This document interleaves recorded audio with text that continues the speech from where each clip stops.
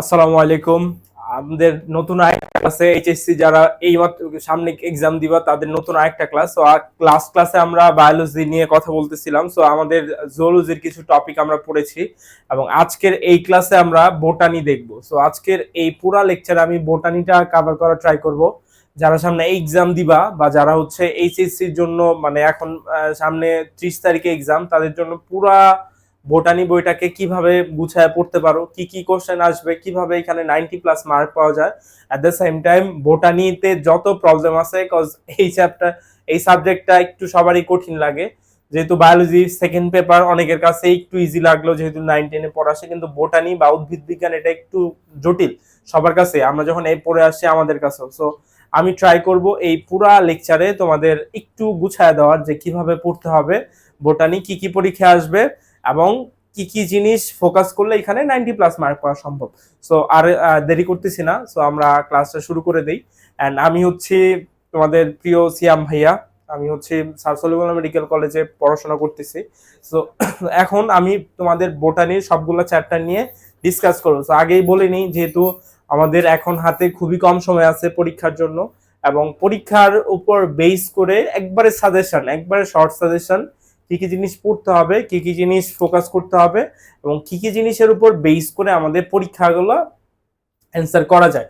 So শুরুতে আমরা আসি আমাদের চ্যাপ্টারগুলো আমরা যদি দেখি। সো এই চ্যাপ্টারগুলোতে আমরা যদি একটু ডিসকাস করি আমাদের কি কি চ্যাপ্টার আছে, যেহেতু আমরা সবাই শর্ট সিলেবাস কভার করব 2024 সালে যারা এক্সাম দিবা। সো শর্ট সিলেবাস উপর বেস করে আমরা চ্যাপ্টারগুলোকে শুরুতেই সাজায় ফেলি, কোন চ্যাপ্টারগুলো কতটুকু ইম্পর্টেন্ট, কয়টা সিকিউ আসবে, কয়টা এমসিকিউ, সবই আমরা এখান থেকে একটু ডিসকাস করে ফেলি। তো শুরুতেই আসি আমরা ফার্স্ট চ্যাপ্টার, কোষের গঠন। সো এই চ্যাপ্টারটা মাদার চ্যাপ্টার বলা চলে। সো বোটানিতে যারা খুব ভালো করতে চাও তারা কোষের চ্যাপ্টারটা মাস্ট পড়বা, বিকজ কোষ বা কোষের গঠন এই চ্যাপ্টারে আমরা যে টপিকগুলা কভার করা থাকে, এই টপিকসগুলোর ভিতরে মোস্ট ইম্পর্টেন্ট কিছু টপিক আছে যেগুলো ছাড়া কোশ্চেন করা যায় না। সো দ্যাটস ওয়াই এই চ্যাপ্টারটা সবচেয়ে বেশি ইম্পর্টেন্ট যারা ভালো করতে চাও এইচএসসিতে। এবং এই চ্যাপ্টারটা মানে অনেক বড় এবং জটিল, কিন্তু এই চ্যাপ্টারটা কিছু জিনিস পড়লেই কমন পড়ে। সো আজকে আমি সেগুলা চ্যাপ্টারের ভিতরে গেলে ডিসকাস করে দিব। সো এই চ্যাপ্টারটা তোমাদের জন্য অবভিয়াসলি ট্রিপল স্টার দাও। এই চ্যাপ্টার থেকে একটা বা সামটাইমস দুইটা সিকিউ আসবে। আর এমসিকিউ এর কথা যদি বলি, এখান থেকে 4টা থেকে 5টা এমসিকিউ মাস্ট আসবে। So that's why this very much important chapter. So এই চ্যাপ্টারকে স্কিপ করে কোনোভাবে এইচএসসি তে যাওয়া উচিত না। যারা বলতেছো এই চ্যাপ্টার না পড়ে যাওয়া, তারা একটা বড় লস খাবা। সো কি কি পড়বা, শর্ট হইলেও আমরা এই চ্যাপ্টারটা পড়ে যাব, আমরা একটু পরে ডিসকাস করব। তারপর আসো আমাদের সেকেন্ড চ্যাপ্টার, কোষ বিভাজন, সেল ডিভিশন। এটাও 9-10-এ ছিল, এটাও তোমাদের 9-10-এ ছিল। এই দুইটা চ্যাপ্টার ইম্পর্টেন্ট। সো কোষ বিভাজনের চ্যাপ্টারটা আমি যদি স্টার দিতে বলো তাহলে আমি 1 স্টার দিব, বিকজ যেহেতু এই চ্যাপ্টারটা একটু ছোট তুলনামূলক ভাবে, এবং এই চ্যাপ্টারতে যেহেতু 8টা সিকিউ কোশ্চেন থাকবে, প্রতিটা চ্যাপ্টার থেকে 7টা চ্যাপ্টার থেকে থাকার কথা, দুই একটা চ্যাপ্টার থেকে মিসিং হতে পারে। তার মধ্যে একটা লেস ইম্পর্টেন্ট চ্যাপ্টার হচ্ছে কোষ বিভাজন, আর একটা লেস ইম্পর্টেন্ট চ্যাপ্টার হচ্ছে নগ্নবীজি আবৃতবীজি। এই দুইটা একটু লেস ইম্পর্টেন্ট চ্যাপ্টার, বাট এর চেয়েও সবচেয়ে লেস ইম্পর্টেন্ট হচ্ছে কোষ বিভাজন, 1 স্টার। সো এরপরও আমরা যে স্কিপ করব তা না, এখান থেকে পড়বো, এখান থেকে মাস্ট একটা সিকিউ পাবা। আর এমসিকিউ যদি বলো, দুইটা এমসিকিউ পেতে পারো হাইস্ট, যেহেতু ছোট চ্যাপ্টার এত বেশি কোশ্চেন করার অবকাশ থাকে না। তারপরে চ্যাপ্টার যেটা, সেটা হচ্ছে অণুজীব। এটা হচ্ছে আমাদের বইয়ের ফোর্থ চ্যাপ্টার, অণুজীব। সো এই চ্যাপ্টারটা খুবই ইম্পর্টেন্ট। কেন? বিকজ এখানে ভাইরাস আছে, ব্যাকটেরিয়া আছে আর ম্যালেরিয়া আছে। সো এই তিনটা টপিকই ইম্পর্টেন্ট। সো ভাইরাস ব্যাকটেরিয়া যেমন আমাদের জীবনের সাথে অতপ্রতভাবে জড়িত। আমি যে কথা বলতেছি বা আমি এখন বোর্ডে লিখতেছি, আমার হাতে যে ভাইরাস আছে বা ব্যাকটেরিয়া আছে সেগুলা টাচ হচ্ছে, সো সব জায়গায় আছে। That's why this very much important. এখান থেকে একটা বা সামটাইমস দুইটাও আসতে পারে, যদি খুব মানে এদিক সেদিক কোশ্চেন না হয়, তাহলে একটা কোশ্চেন সিকিউ ধরে রাখা যায় এবং 3টা থেকে 4টা এমসিকিউ মাস্ট আসে। এখানে এমসিকিউ করার অনেক সুযোগ থাকে। দ্যাটস ওয়াই অনুজীবের চ্যাপ্টারটা আমরা স্কিপ করব না। তারপর নগ্নবীজি আবৃতবীজি, এই চ্যাপ্টারটা নিয়ে অনেক আগেই বলে দিছিলাম যে এই চ্যাপ্টারটাও একটু ছোট চ্যাপ্টার। সো এখান থেকে ফিক্স কিছু কোশ্চেন আছে, কি কি কোশ্চেন আসবে, কিভাবে পড়বা সেটা একটু পরে ডিসকাস করব। বাট কিভাবে পড়তে হয় এবং এ টু জেড আমরা ডিটেলস যখন আলোচনা করব, কিছু টপিকও বুঝে নেওয়ার ট্রাই করব। সো এটা 1 স্টার বা 2 স্টার দিতে পারো, 1 স্টারই রাখলাম। আগের চ্যাপ্টারটা 3 স্টার দিতে পারো, কারণ এইখান থেকে মাস্ট এমসিকিউ সিকিউ পাবাই। লগ্নবীজি আবৃতবীজি থেকে 1 স্টার দিলাম, এখান থেকে একটা সিকিউ আসবে এবং 3টার আশেপাশে এমসিকিউ আসবে। যেহেতু এমসিকিউ 25টা যদি ভাগ করো 7 দিয়ে, তাহলে আসে 3.5, অ্যারাউন্ড 3.5। 3.5টা করে এমসিকিউ সবগুলো চ্যাপ্টার থেকে আসার কথা। বাট এরপরও কোশ্চেন যদি এদিক সেদিক হয়, সেক্ষেত্রে দেখা যায় আমাদের এই নগ্নবীজি আবৃতবীজি থেকে কম আসবে, কোষ বিভাজন থেকে কম আসবে। তার মানে কিছু কিছু চ্যাপ্টার থেকে 5টা 6টা এমসিকিউ দিবে, কিছু কিছু চ্যাপ্টার থেকে 2টা এমসিকিউ থাকবে। তাহলে নগ্নবীজি আবৃত্তি গেল। তারপর আসো টিস্যু এবং টিস্যু তন্ত্র, টিস্যু সিস্টেম। এই চ্যাপ্টারটাও খুবই ইম্পর্টেন্ট, এটাকেও 3 স্টার দিব, বিকজ এইখান থেকে মাস্ট একটা সিকিউ কনফার্ম পাবা, 2টা করে না, একটা সিকিউ কনফার্ম পাবা, এখান থেকে 4টা এমসিকিউ পাবা। সো এই হচ্ছে তোমার এই চ্যাপ্টার। তাহলে টিস্যুর চ্যাপ্টারটা আমরা যদি ডিসকাস করতে যাই, তাহলে টিস্যুর চ্যাপ্টারটাও খুবই ইম্পর্টেন্ট। সো এখন বলতে পার ভাই আপনি কি কোশ্চেন দেখে আসছেন বা কোশ্চেন গুলা কোত্থেকে জানেন? সো আমরা কোশ্চেন কোত্থেকে জানি? আমরা হচ্ছে বিগত 3 4 5 6 বছর থেকে বায়োলজির সাথে আছি, বায়োলজি পড়ানোর সুবাদে বা বায়োলজি কোশ্চেন প্যাটার্নের সুবাদে বা নিজে পড়াশোনা করছি তার সুবাদ বিবেচনা করে আমরা বুঝতে পারি যে কি কি চ্যাপ্টার থেকে কোশ্চেন আসবে। ফার্স্ট সোর্স, সেকেন্ড সোর্স হচ্ছে যারা কোশ্চেন করে এনসিটিভি বোর্ড থেকে বা এইচএসসি এক্সাম যারা নেয়, যে বোর্ডটা গঠন করা হয় কোশ্চেন করার জন্য, ওইখানে যারা থাকে তারা ট্রাই করে, মানে ওইখানে বোর্ড মেম্বার গুলা প্রতিবারই সেমই থাকে, ম্যাক্সিমাম টাইম 4 5 বছর পর পর চেঞ্জ হয়। সো একটা মানুষের মাথা থেকে যে কোশ্চেন গুলো আসে ওগুলা বরাবরই সেমই হয়। ধরো আমি একটা চ্যাপ্টার থেকে যখন কোশ্চেন করব, যতই ঘুরায় পেঁচাই করি, মেইন থিম গুলা কিন্তু আমাকে করতে হবে, আমি যা জানি। আরেকটা স্যার করবে যখন, তার মেইন থিম গুলো, সো দ্যাটস ওয়াই দেখা যায় প্যাটার্ন গুলা ফিক্স থাকে, অলমোস্ট ফিক্স থাকে, 80% ফিক্স থাকে। তাহলে এই চ্যাপ্টারটা ইম্পর্টেন্ট। তারপর আসো সবচেয়ে জঘন্য চ্যাপ্টার, যেটা তোমাদের আমাদের সবার কাছেই জঘন্য, স্যারদের পড়াইতে গেলেও জঘন্য লাগে, এবং আমি যখন পড়ে আসছি ইন্টারে তখনও জঘন্য লাগতো। সো এই চ্যাপ্টারটা জঘন্য, বাট এই চ্যাপ্টারটা খুবই ইম্পর্টেন্ট। এখান থেকে 2টা বা 3টা এমসিকিউ মাস্ট পাবা। সো 2টা বা 3টা সিকিউ, সরি এমসিকিউ না, দুইটা ধরা চলে, 3টা খুব কম ইম্পর্টেন্ট, বাট 2টা সিকিউ মাস্ট পাবা। সো এই চ্যাপ্টারটা থেকে 5টা থেকে 7টা এমসিকিউ আসে, যেহেতু অনেক বড় চ্যাপ্টার, উদ্ভিদ সাহিত্যতত্ত্ব। সো দ্যাটস ওয়াই এই চ্যাপ্টারটা একটু ইম্পর্টেন্ট। যারা এই চ্যাপ্টারটা স্কিপ করে যেতে চাও, ভালো একটা ডিসিশন না, এরপরেও কিছু জিনিস পড়ে যাবা, টোটালি স্কিপ না করেও কিছু জিনিস 5টা 6টা পেজ হইলেও পড়ে যাবা। কি কি পড়বা, কি কি জিনিস পড়বা, সেটা আমি একটু পরে ডিসকাস করতেছি। তারপরে আসলে লাস্ট চ্যাপ্টার আমাদের জীব প্রযুক্তি, বায়োটেকনোলজি, এটাও খুবই ইম্পর্টেন্ট। এখানে কিছু টপিক না বললে নয়, ইনসুলিন প্রস্তুতি, টিস্যু কালচার, এগুলো ইম্পর্টেন্ট। সো এই চ্যাপ্টার থেকে আমি যদি ডিসকাস করতে চাই, তাহলে এখান থেকে একটা সিকিউ মাস্ট পাবা, 3টা বা 4টা এমসিকিউ মাস্ট পাবা। সো ইন এ হোলসাম তোমাদের যদি সাজেশন নিয়ে কথা বলতে যাই, তাহলে আমাদের কি কি জিনিস মাস্ট পড়তে হচ্ছে, আমি যদি একটু হাইলাইট করে দেই। 1 নাম্বার চ্যাপ্টার সেল মাস্ট পড়বা, এটা থেকে কি কি পড়বা সেটা একটু পরে ডিসকাস করতেছি। 2 নাম্বার হচ্ছে প্ল্যান্ট ফিজিওলজি, শারীরতত্ত্ব, উদ্ভিদ শারীরতত্ত্ব, এটাও মাস্ট পড়বা, কি কি পড়বা সেটা একটু পরে ডিসকাস করতেছি। অণুজীব, মাইক্রোবায়োলজি মাস্ট পড়বা, কি কি পড়বা সেটা একটু পরে ডিসকাস করতেছি। টিস্যু মাস্ট পড়বা। এই হচ্ছে 4টা চ্যাপ্টার। এই 4টা চ্যাপ্টার যদি কেউ পড়ো 7টার মধ্যে, তোমার মাস্ট 5টা সিকিউ কমন পড়বে, মাস্ট 5টা সিকিউ কমন পড়বে কোর্স থেকে, অণুজীব থেকে, টিস্যু থেকে, সাহিত্যতত্ত্ব থেকে। এই রেড বর্ডারে যে 4টা চ্যাপ্টার আছে, কেউ যদি কিছু নাও পড়ো, এই 4টা চ্যাপ্টার পড়ে যাও, তোমার জন্য মোর দেন এনাফ, তোমার জন্য মানে কমন পড়ে এর বাইরে চলে যাবে। আসো আমরা এখন পরের আমরা চ্যাপ্টারগুলো একটু ডিসকাস করে ফেলি। সো এরপরে আসো আমরা যাই আমাদের ফার্স্ট চ্যাপ্টার।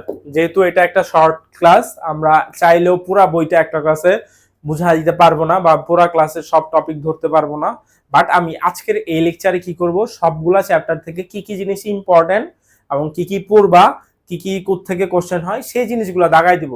সো এই জিনিসগুলো তুমি যদি ডিরেক্টলি পড়ো, মানে চ্যাপ্টার যাই বুঝছো না বুঝছো, আমি যে টপিকগুলো বলবো এগুলো পড়ো, তোমার মাস্ট 100% কমন পড়বে। হ্যাঁ 100%ই বলা যায়, কারণ এই চ্যাপ্টারগুলোর ভিতরে যে টপিকগুলো আমি দাগাই দিব, এগুলোর বাইরে কোশ্চেন করার মতো অবকাশ থাকে না। তো আসো ফার্স্টে কোষ গঠন।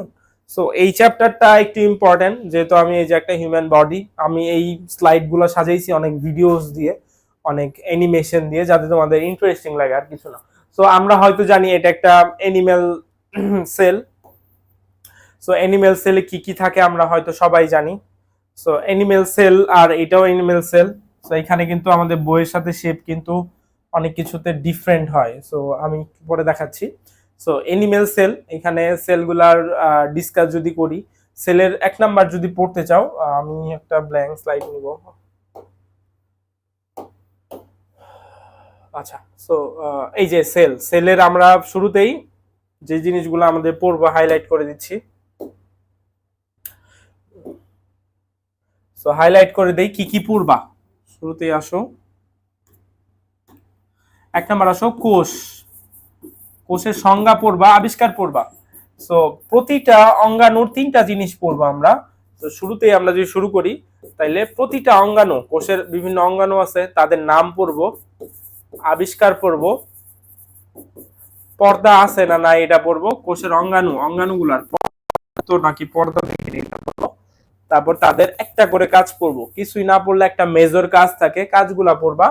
আর গঠন পড়বা। গঠন 2 ধরনের হয়, একটা ভৌত গঠন, এটা হচ্ছে রাসায়নিক গঠন। সো এই গঠনগুলো 1 লাইন করে আছে, পড়বা কোনটা লিপোপ্রোটিন দিয়ে গঠিত কোনটা। সো এই জিনিসগুলো আমাদের কাজে লাগে।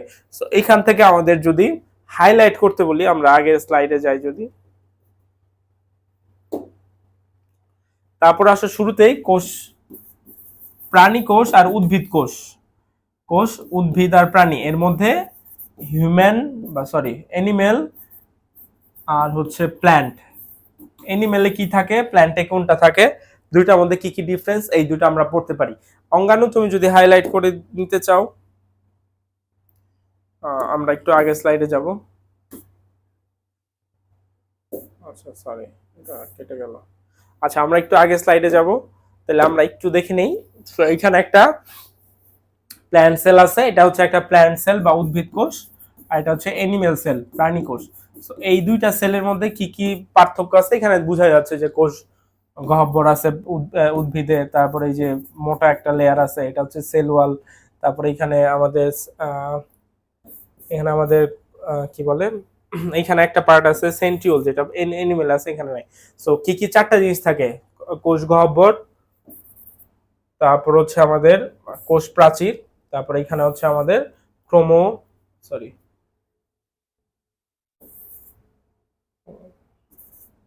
একটু লিখে দেই, কোষ গহ্বর। ও আরেকটা জিনিস আছে আন্তঃকোষীয় ফাঁকা, এটা শুধুমাত্র উদ্ভিদে থাকে। আন্তঃকোষীয় ফাঁকা, ক্লোরোপ্লাস্ট বা প্লাস্টিড, এখানে যেহেতু গ্রিন ক্লোরোপ্লাস্ট।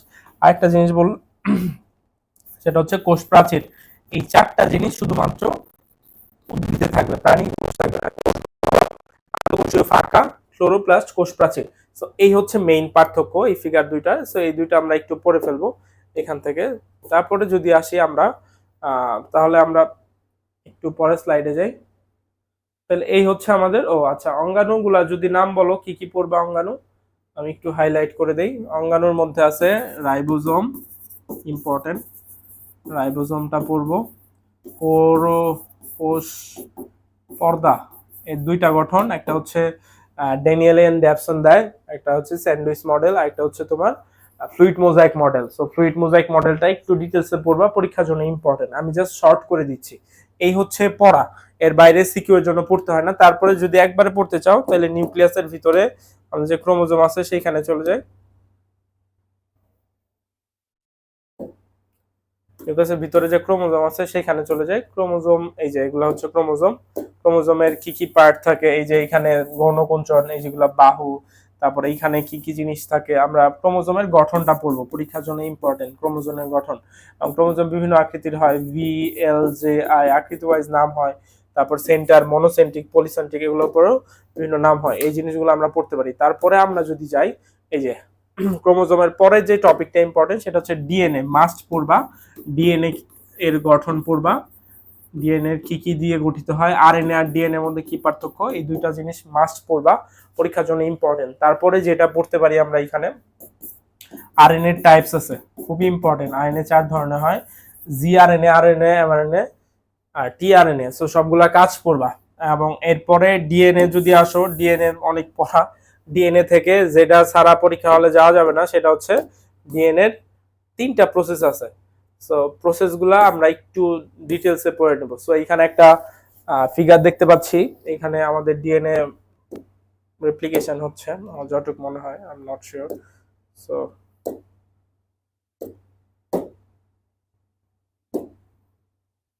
সো ডিএনএ,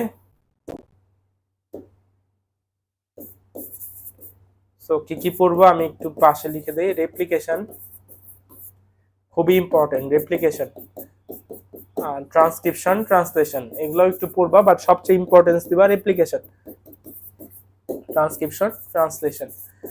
এবং লাস্ট একটা টপিক আমরা পড়বো জিন। জিন কি আর জেনেটিক কোডন গুলো আছে, কোডন গুলোর মধ্যে ইম্পর্টেন্ট হচ্ছে কোনটা তোমার স্টার্ট কোডন, কোনটা স্টপ কোডন, এই টপিক গুলো আমরা পড়তে পারি। Start codon, stop codon important.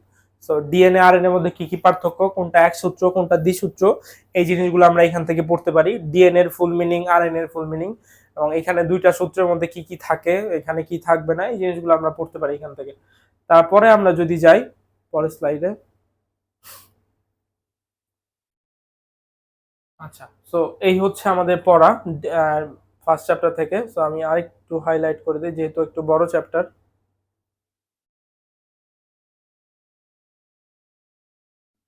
So তাইলে মোস্ট ইম্পর্টেন্ট হচ্ছে কোষ থেকে, কোষের ওই যে অঙ্গাণুগুলোর মধ্যে ক্রোমোজোমটা একটু পড়তে পারো। আর শুরুতে যে ফ্লুইড মোজাইক মডেল, এটা একটু ইম্পর্টেন্ট বেশি। ডিএনএ এর গঠন, তারপরে আরেকটি ইম্পর্টেন্ট টপিক আমি যেটা বললাম রেপ্লিকেশন, রেপ্লিকেশন পড়ার পরে ট্রান্সক্রিপশন, ট্রান্সলেশন, এগুলোর আইডিয়া। সো এই 4টা টপিক থেকে মিনিমাম 2টা থেকে 4টা সিকিউ এর গ ঘ কিছু কোশ্চেন পেতে পারো। সো এই 4টা টপিক ইম্পর্টেন্স দিয়ে পড়লেই আমাদের এখান থেকে কমন পড়ে যাবে। তারপরে আসো আমরা পরের চ্যাপ্টারে চলে যাই, কোষ বিভাজন। সো কোষ বিভাজনটা একটু ছোট চ্যাপ্টার, বাট এরপর আমরা স্কিপ করব না। কোষ বিভাজনে আমরা এই যে দেখি একটা কত সুন্দরভাবে কোষ বিভাজন হচ্ছে। তো কোষ বিভাজনের যে টপিকগুলো আছে এখান থেকে আমাদের কোষ বিভাজনের শুরুতেই টাইপস আছে, টাইপস গুলো আমরা একটু পড়বো। সো টাইপস আমি যদি একটু হাইলাইট করে দিই, কোষ বিভাজনে কি টাইপস আছে, 3 ধরনের, অ্যামাইটোসিস, মাইটোসিস, মিওসিস। আবিষ্কার করলে পড়তে পারো, সমস্যা নাই।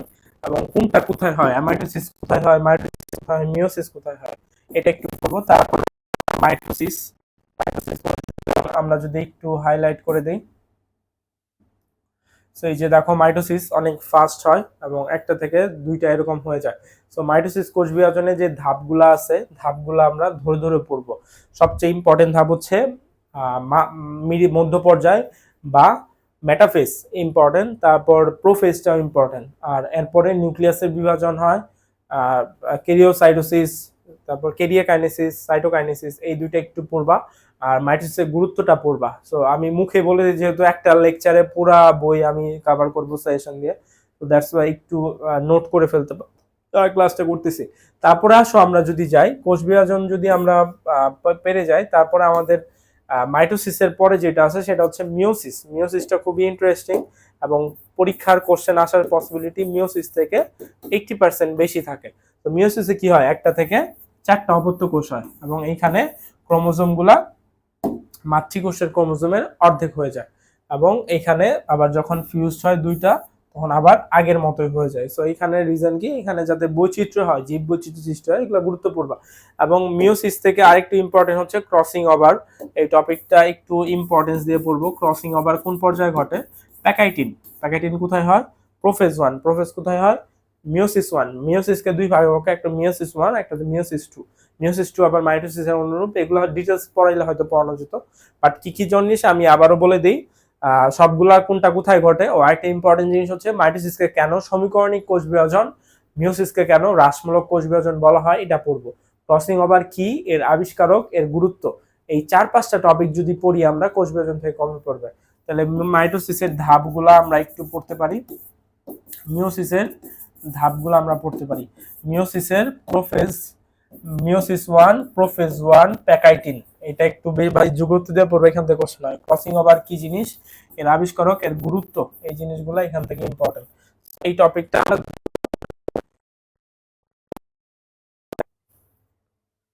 সো কোষ বিভাজন থেকে এই জিনিসগুলো আমরা যদি কভার করে ফেলি তাহলে আমাদের কোষ বিভাজন থেকে সিকিউ এমসিকিউ দুইটা কমন পড়বে আশা করা যায়। সো এর বাইরে কিছু আসে না। So this is a phase how cell division ochre. So এখানে আমরা মিওসিস কোষ বিভাজনটা হাইলাইট করে দেখলাম। তারপরে আসো আমরা পরের চ্যাপ্টার যাই, যেহেতু কোষ বিভাজন অনেক আগে থেকে 9-10 থেকে পড়ে আসতেছি, দ্যাটস ওয়াই এটা এত আমি বেশিক্ষণ নিলাম না।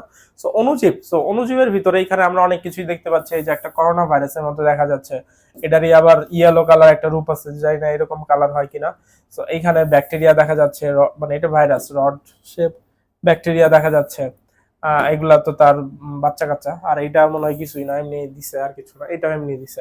আচ্ছা, সো অণুজীব, অণুজীবের চ্যাপ্টারটা খুবই ইম্পর্টেন্ট। এটাকে আমি 3 স্টার দিছিলাম just because of there's A lot of topic for the question. So শুরুতে যদি আসি, if I go for the first মানে ফার্স্ট কি বলে ফার্স্ট পার্টে আমাদের ভাইরাস আছে। সো এই যে ভাইরাস, অনেক সুন্দরের ফিগার আছে, ভাইরাস দেখতেই মনে হয় ভাইরাস। সো ভাইরাস মানুষকে একটা গালি। সো কারো যদি কেউ কোনো খারাপ কাজ করে তারে বললো তুমি একটা ভাইরাস, খুব ভালো সুন্দর পবিত্র একটা গালি, বুঝছো? সে কষ্ট পাবে না তো, এবং তোমার মুখও খারাপ করতে হচ্ছে না। আচ্ছা, ভাইরাস থেকে কি কি পড়বো? ভাইরাসের গঠন। তো গঠনের মধ্যে এই যে আমাদের এই বাবাজির গঠন, এটা হচ্ছে একটা টি টু ফাজ, স্পাইক, বেস, তারপরে এখানে যে কি কি পার্ট থাকে এগুলো পড়বো। ভাইরাসের গঠন পড়ার পর টাইপস পড়বো। ডিএনএ আরএনএ উপর বেস করে টাইপস আছে, তার গঠনের উপর বেস করে টাইপস আছে, সিলিন্ডার আকৃতি, ব্যাঙাচি আকৃতি। এটা একটা করোনা ভাইরাস, দেখতে অনেক সুন্দর কিন্তু অনেক মারাত্মক। সো করোনা ভাইরাসটাও এখন পরীক্ষার জন্য ইম্পর্টেন্ট, যেহেতু রিসেন্টলি হয়ে গেছে। ভাইরাসের গঠন, ভাইরাসের সবচেয়ে ইম্পর্টেন্ট যে টপিক ভাইরাস থেকে, সেটা হচ্ছে ভাইরাসের দুইটা চক্র আছে, একটা হচ্ছে লাইটিক চক্র আর একটা হচ্ছে লাইসোজেনিক চক্র। এই দুইটা জিনিস একটু ইম্পর্টেন্ট, গুরুত্ব দিয়ে পড়বা। লাইটিক চক্র আর লাইসোজেনিক চক্র পরীক্ষার জন্য আসার মতো দুইটা টপিক। তারপরে আমরা যদি যাই ভাইরাসের এইটুকু পড়লে হবে। ব্যাকটেরিয়া, এগুলো হচ্ছে ব্যাকটেরিয়া থেকেও সেম, ব্যাকটেরিয়া গঠনটা পড়বা, গঠনের ভিতরে কোনটার কাজ কি। ব্যাকটেরিয়ার কিছু, ভাইরাস আর ব্যাকটেরিয়ার কিছু উদাহরণ আছে। নিচের কোনটি ভাইরাস জনিত রোগ, ব্যাকটেরিয়া জনিত রোগ, এমসিকিউর জন্য খুবই ইম্পর্টেন্ট। ভাইরাস ভার্সেস ব্যাকটেরিয়া, এই দুইটার মধ্যে ডিফারেন্স পড়বা, মারামারি লাগাই দিবা। তারপরে ভাইরাস গণিত কিছু রোগের উদাহরণ আছে বইয়ে, লেড ব্লাইট রোগ, দাঁত রোগ, এই জিনিসগুলো আমরা একটু ডিটেলস না পড়ে রিডিং পড়বো, তাইলেই হয়ে যাবে। তারপর আসো আমরা যাই আমাদের বইয়ের সবচেয়ে বিদঘুটা একটা টপিক, সেটা হচ্ছে ম্যালেরিয়া। সো ম্যালেরিয়া এই টপিকটাও খুবই ইম্পর্টেন্ট। কেন ইম্পর্টেন্ট? বিকজ এইখান থেকে আমাদের কোশ্চেন করার অনেক সুযোগ থাকে।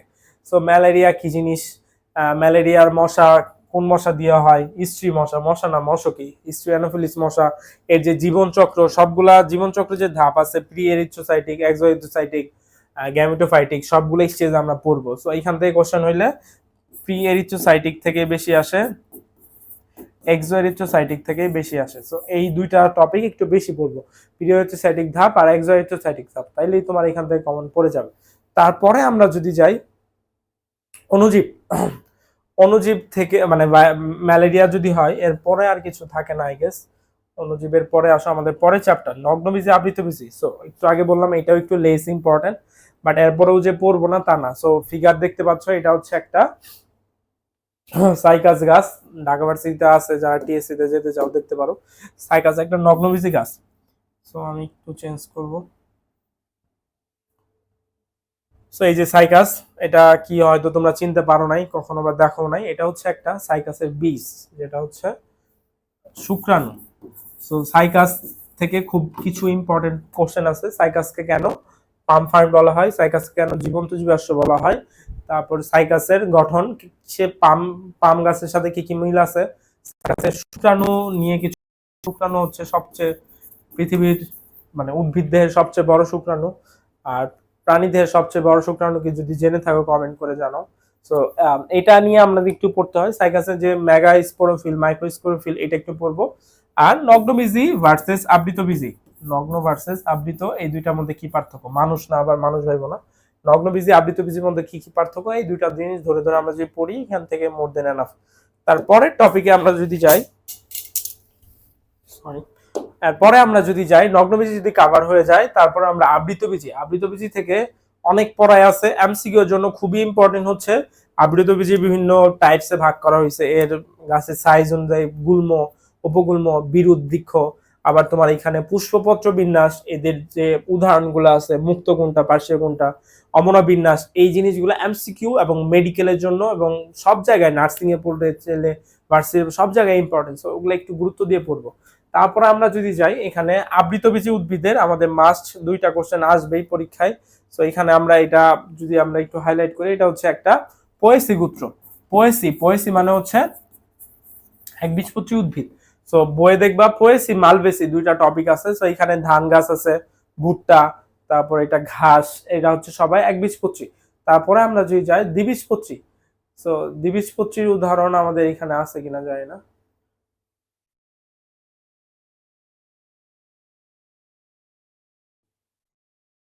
এই যে নগ্ন দ্বিবীজপত্রী, এখানে আম গাছ আছে, জবা গাছ আছে। তাহলে পোয়েসি আর মালভেসির মধ্যে কি কি পার্থক্য আছে সব একটা ছক করে পড়ে নিবা। পরীক্ষায় যদি পোয়েসির বৈশিষ্ট্য আছে তাহলে পার্থক্য থেকে বৈশিষ্ট্য এক পাশে গুলা দিয়ে দিবা, তাইলে হবে। আর যদি 2টা পার্থক্য আছে 2 পাশে দিবা, তাইলেই হয়েছে। তারপরে যদি আমরা যাই, তাহলে এই হচ্ছে আমাদের নগ্নবীজি আবৃতবীজি পড়া। তারপরে আসি আমরা টিস্যু। তো খুবই ইম্পর্টেন্ট একটা চ্যাপ্টার টিস্যু। টিস্যু চ্যাপ্টার থেকে কি পড়বো? সো এখানে দেখতেছো অনেক টাইপের টিস্যু আছে, এটা হিউম্যান বডি, প্ল্যান্ট সেল, সব জায়গায় দেখানো হয়েছে। তো টিস্যু থেকে শুরুতে কি জিনিস, টিস্যুর প্রকারভেদ 2 ধরনের হয়, ভাজক টিস্যু, স্থায়ী টিস্যু। ভাজক টিস্যুর আবার 4 ভাগে প্রকারভেদ আছে, এগুলো একটু পড়বা, এমসিকিউ তো আসে এবং সিকিউ তো আসতে পারে। তারপর আসো স্থায়ী টিস্যু, স্থায়ী টিস্যু গুলো পড়বা। স্থায়ী টিস্যু পরে আমরা যদি যাই টিস্যুর তন্ত্র। টিস্যু তন্ত্রকে ভাগ করা হয়েছে 3 ভাবে, একটা হচ্ছে কর্ক ক্যাম্বিয়াম, একটা হচ্ছে গ্রাউন্ড টিস্যু, একটা হচ্ছে ডার্মাল টিস্যু। সো এইখানে যে ফিগারটা দেখতেছো, এটা একটা গ্রাউন্ড টিস্যু দেখানো হয়েছে ইন এ হোলসাম। সো এই জিনিসগুলা এই চ্যাপ্টার থেকে খুবই ইম্পর্টেন্ট। একবীজপত্রী, দ্বিবীজপত্রী এই 2 ক্ষেত্রে আসে পরীক্ষায়, কিন্তু ইম্পর্টেন্ট হচ্ছে একবীজপত্রী। একবীজপত্রীর মধ্যে দেখবা আমাদের কাণ্ড আর মূল, কাণ্ড আর মূল এদের অন্তর্গঠন আছে, খুবই ইম্পর্টেন্ট। পরীক্ষায় টিস্যু তন্ত্র থেকে যদি কিছু পড়তে চাও সিকিউ এর জন্য, তাহলে কাণ্ড আর মূলের আমাদের যে অন্তর্গঠন, এই 2টা আমরা ফিগার আকারে পড়বো। ওই যে দেখবা বই একটা সুন্দর ফিগার আছে। সো সবচেয়ে ইম্পর্টেন্ট হচ্ছে কাণ্ড, তারপর মূল, বা 2টাই পড়তে পারো। সো কাণ্ড আর মূল এবং এদের মধ্যে পার্থক্য করেও পড়বা, কাণ্ড ভার্সেস মূল, এই 2টার মধ্যে কি কি পার্থক্য আছে সেটা আমরা পড়ে নিব। আর খুব সম্ভব হলে একবীজপত্রী আর দ্বিবীজপত্রীর মধ্যে কি পার্থক্য সেটাও পড়ে নিব। তারপরে আরেকটা ইম্পর্টেন্ট টপিক যদি আমি এখান থেকে একটু হাইলাইট করে দিই, সেটা হচ্ছে এই চ্যাপ্টারের যে ওই যে ভাস্কুলার বান্ডেল গুলো আছে, সেগুলার টাইপস আছে।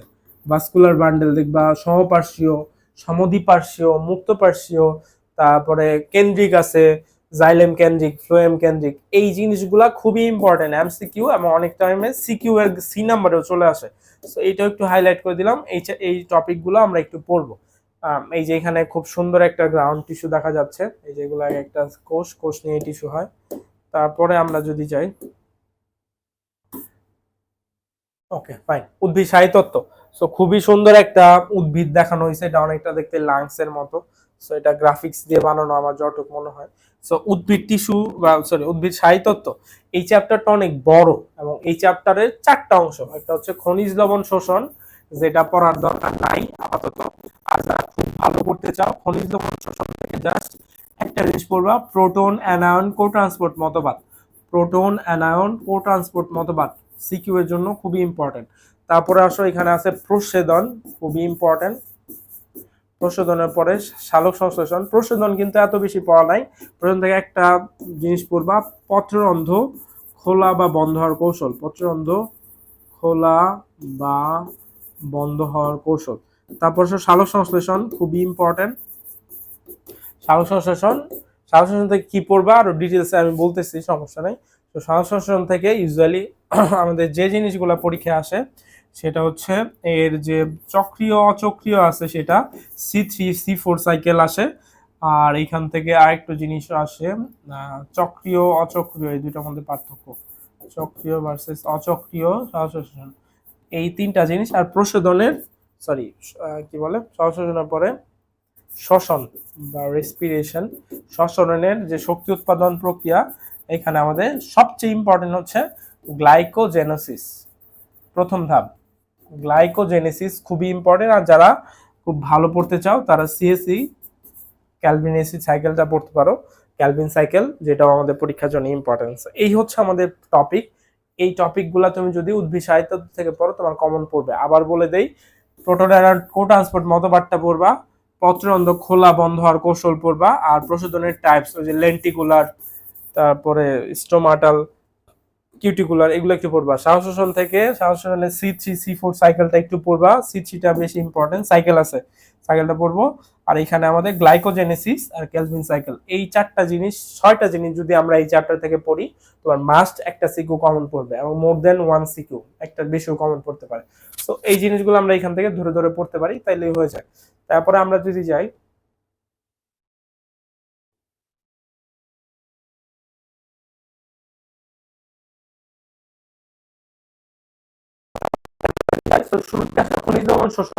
এই চ্যাপ্টারের শুরুতে দেখবো আমরা কিছু জিনিস অত্যাবশ্যকীয় খনিজ লবণ আছে, কিছু অনাত্যাবশ্যকীয়, দুইটার মধ্যে পার্থক্য করে করে পড়ে ফেলবো, কোনটা অত্যাবশ্যকীয়, কোনটা বেশি লাগবে, কোনটা কম লাগবে, এই দুইটা জিনিস আমাদের জন্য ইম্পর্টেন্ট।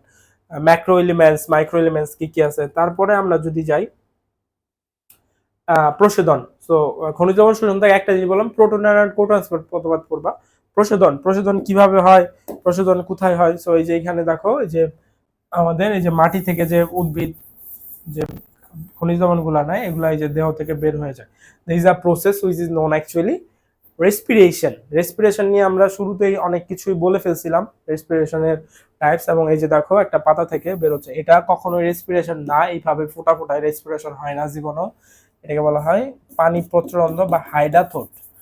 এই টপিকটাও ইম্পর্টেন্ট। পানি পত্ররন্ধ্র কোথায় হয়, ঘাস, কচু, টমেটো, ঘাস, কচু, টমেটো, এদের পানি পত্ররন্ধ্র আছে, এটা একটু ইম্পর্টেন্ট, এটা একটু পড়তে পারো। আর ওই যে পত্ররন্ধ্র খোলা বা বন্ধ হওয়ার বিভিন্ন মানে আছে, বিজ্ঞানীদের থিওরি আছে, ওই টপিকটা আমরা একটু পড়তে পারি, কিভাবে পত্ররন্ধ্র খোলা খোলা হয়, বন্ধ হয়, ধরে ধরে আমরা একটু পড়তে পারি। তারপরে আমরা যদি যাই প্রসাদ, কি বলে, শ্বাস প্রশ্বাসন। শ্বাস প্রশ্বাসন কিভাবে হয়, মাটি থেকে এরকম পানি, পানির সাথে সামটাইমস খনিজ লবণ, হোয়াট এভার, এখানে খনিজ লবণ দেখাইছে কেন যায় না, পানি, এই যে দেখো পানি পাতায় আসতেছে এবং এখানে সানলাইট পড়তেছে, তাহলে পানি, বায়ু থেকে আসে carbon dioxide, at the same time আমাদের সূর্যের আলোর উপস্থিতিতে পাতার মেসোফিল টিস্যুতে শ্বাস হয়। কি কি উৎপন্ন হবে এখান থেকে, পানি, এটা উৎপন্ন হয় না, এটা হচ্ছে উপজাত, অক্সিজেন আর গ্লুকোজ উৎপন্ন হয়, C6H12O6, এই দুইটা জিনিস উৎপন্ন হয়। এইখানে আমাদের যদি ভাগ করো, এই দুইটা ভাগে ভাগ করছে, একটা চক্রীয়, একটা অচক্রীয়, এবং একটা হচ্ছে আলোক পর্যায়, আলোক নিরপেক্ষ পর্যায়। তো চক্রীয় অচক্রীয় কি, চক্রীয় অচক্রীয় এগুলা পড়ছো হয়তো, না পড়লেও এখন স্কিপ করাই ভালো। দুইটা ফেজ আছে চক্রীয়, এইগুলা না তোমাদের মাথার উপর দিয়ে। চক্রীয়টা আমরা একটু দেখলে দেখতে পারি, C3 cycle, C4 cycle, C3 আর C4 19 পড়ছো। C3 কেন বলা হয়, কারণ এর প্রথম স্থায়ী পদার্থ 3 কার্বন বিশিষ্ট ফসফোগ্লিসারিক অ্যাসিড। C4 কেন বলা হয়, 4 কার্বন বিশিষ্ট অক্সালোঅ্যাসিটিক অ্যাসিড। এটা একটা সাইকেল আছে, সাইকেলটা ধরে ধরে আমরা পড়তে পারি। C3 C4 পড়ার পরে আমরা যাই পরের টপিকে, এখান থেকে আর কিছু পড়া লাগে না। আমরা যদি পরে যাই, এই যে দেখো শ্বাস কিভাবে হচ্ছে দেখানো হয়েছে। পরে যেটা আছে সেটা হচ্ছে শ্বসন। ওকে, খুব সুন্দর একটা ফিগার এখানে বোঝানো হয়েছে, গাছপালা থেকে কিভাবে এনার্জি উৎপন্ন হয়, মানে শ্বাস থেকে এনার্জি। তো এটা হচ্ছে শ্বসন। শ্বসন দুই ধরনের হয়, একটা হচ্ছে সবাত শ্বসন, একটা হচ্ছে অবাত শ্বসন। দুইটা ইম্পর্টেন্ট, আমরা ধরে ধরে পড়তে পারি, সবাত শ্বসন আর অবাত শ্বসন। সবাত আর অবাত কেন বলা হয়, অক্সিজেন লাগে, একটাতে লাগে না। সবাত শ্বসনের ধাপ আছে 4টা, গ্লাইকোলাইসিস, আগে মনে হয় গ্লাইকোজেনেসিস দেখছি, সরি, গ্লাইকোলাইসিস, তারপর হচ্ছে এসিটাইল ওয়ে, তারপর তারপর হচ্ছে তোমার ক্রেবস সাইকেল, আর এটা হচ্ছে etc, electron transport chain. So এটাকে আমরা মনে রাখতে পারি গেজ দিয়ে, গ্লাইকোলাইসিস, এসিটাইল কোয়ে। সো এইখানে দেখবো, হ্যাঁ এইখানে দেখবো আমরা কোন ধাপে কি কি উৎপন্ন হয়, কোনটাই কতগুলা কি বলে এটিপি উৎপন্ন হয়। টোটাল 38 এটিপি উৎপন্ন হয় আমাদের নতুন বইয়ের সিলেবাস অনুযায়ী। এর মধ্যে 2টা খরচ হয়ে যায়, 36 এটিপি থাকে কারেকশন হওয়ার পরে। সো এগুলার সবাত শ্বসন আর অবাত শ্বসনে অক্সিজেন লাগে না, এখান থেকে ল্যাকটিক অ্যাসিড উৎপন্ন হয়, এবং অনেক সময় ল্যাকটিক অ্যাসিড যদি উৎপন্ন না হয়, কার্বন ডাইঅক্সাইডের সাথে ইথাইল অ্যালকোহল তৈরি হয়, ইথানল, C2H5O, ইথানল উৎপন্ন হয়। এই হচ্ছে আমাদের এখান থেকে পড়া খুবই ইম্পর্টেন্ট হচ্ছে গ্লাইকোলাইসিস। আবার বলে দেই, গ্লাইকোলাইসিসের 9টা ধাপ আছে, কোনটা বহুমুখী একমুখী গ্লাইকোলাইসিস ধাপগুলো আমরা পড়তে পারি। তারপরে আমরা যদি যাই বিষয় তত্ত্ব, এই টপিকগুলো পড়লেই হয়। তারপর আমাদের পরের চ্যাপ্টার জীব প্রযুক্তি। স্টেজ আছে আমাদের এই চ্যাপ্টার। যদি আসো জীব প্রযুক্তি থেকে কি পড়বা আমি সাজেশন দিয়ে দেই। টিস্যু কালচারের ধাপ পড়বা, টিস্যু কালচারের ধাপ পড়ার পরে গুরুত্ব পড়বা, ইম্পর্টেন্ট, খুবই ইজি এবং important tissue culture. So tissue culture শুরুতে যেহেতু আসলো, একটু আমরা যদি দেখি এই যে টিস্যু কালচার কিভাবে করা হচ্ছে। টিস্যু কালচার ওই যে টিস্যুকে কেটে নিয়ে আমরা ল্যাবের মধ্যে এরকম বিভিন্ন জারে সংগ্রহ করে এটাকে কালচার করে থাকি। টিস্যু কালচারের ধাপ এবং গুরুত্বপূর্ণ। তারপরে আমরা যেটা পড়তে পারি সেটা হচ্ছে ইনসুলিন উৎপাদন প্রক্রিয়া, যে রিকম্বিনেন্ট ডিএনএ বা জেনেটিক ইঞ্জিনিয়ারিং একটা ধাপ, ইনসুলিন উৎপন্ন প্রক্রিয়া। সো ইনসুলিন কি কাজে লাগে, ইনসুলিনের টাইপস, এগুলো আমরা পড়ে আসছি। সো ইনসুলিন উৎপাদন প্রক্রিয়া যদি আমরা যাই, আমি একটা ফিগার, এই যে সুন্দর একটা ফিগার আছে। সো এই যে ইনসুলিন গুলা কোত্থেকে আসে, ইকোলাই ব্যাকটেরিয়া, সেটা হচ্ছে আমাদের অগ্নাশয় থাকে আইলেস অফ ল্যাঙ্গারের একটা কোষ। এটা দুইটা রেস্ট্রিকশন এনজাইম দিয়ে কেটে আবার লাইগেস এনজাইম দিয়ে জোড়া লাগায় নতুন করে আবার এরকম অনেকগুলা ক্লোনিং করা হয়। সো এই জিনিসটা ইম্পর্টেন্ট, আমরা একটু ধরে ধরে পড়তে পারি। তারপরে আমরা যেটা পড়বো, ইনসুলিন উৎপাদন যদি পড়ে হয়, আমাদের ডিএনএ জিন ক্লোনিং আছে। সো এই টপিকটা ইম্পর্টেন্ট। ক্লোনিং কিভাবে করা হয়, কি কি ওয়ে আছে, সবগুলা টপিক ধরে ধরে আমরা পড়বো। ক্লোনিং কাকে বলে এটাও পড়বো, এবং এইখান থেকে ইন্টারফেরন একটা টপিক আছে, এটাও একটু দেখতে পারি, যে আমাদের ক্যান্সারের কোষ ধ্বংস করার জন্য বা ভাইরাসকে ধ্বংস করার জন্য এটা ইউজ করা হয়। আর এগুলা সবগুলার ব্যবহার পড়বো, জিন ক্লোনিং কোথায় ব্যবহার করা হয়, রিকম্বিনেন্ট ডিএনএ কোথায় ব্যবহার করে, সবগুলা ইউজেস আমরা পড়তে পারি একসাথে। এবং আমাদের যদি আরেকটু যাই, তো জিন ক্লোনিং এর পরে এই চ্যাপ্টার থেকে আর কোনো টপিকস আমার মনে পড়তেছে না। ইনসুলিন উৎপাদনটা পড়লে এই চ্যাপ্টারটা কভার হবে। টিস্যু কালচারটা আমরা পড়তে পারি, এবং থার্ড অফ অল আমরা এই যে জিন ক্লোনিংটা, এই টপিকটা একটু গুরুত্ব দিয়ে পড়বো। ইনসুলিন থেকে মোস্ট কোশ্চেন গুলো আসে। সো এই ছিল আজকের টোটাল একটা সামারি বায়োলজির ফার্স্ট পার্টে। সো এইটুক পড়লে আমার মনে হয় কমন পড়বে। এরপরেও তোমাদের যদি কোনো কোশ্চেন থাকে একটু কমেন্ট করে জানাও, আমি নেক্সট ক্লাসে অ্যান্সার দেওয়ার ট্রাই করবো। আর আমাদের ক্লাসগুলা সবাই শেয়ার করবা এবং সবার কাছে একটু দিয়ে দিবা, যেহেতু অনেকেই সামনে এক্সাম দিচ্ছে। সো এক্সাম দিলে এটা তাদের হেল্প করবে পুরা একটা এক্সাম প্রসেসকে। এবং এই পেজটাকে একটু লাইক দিয়ে রাখো এবং ফলো দিয়ে রাখো। আমাদের পাবলিক একটা গ্রুপ আছে, সবাই ওই গ্রুপে একটু জয়েন হও। তোমাদের যে কোনো কোয়ারি থাকলে আমাকে জানাও। সো দেখা হবে পরে কোনো ক্লাসে। আনটিল দেন সবাইকে আল্লাহ হাফেজ, আসসালামু আলাইকুম।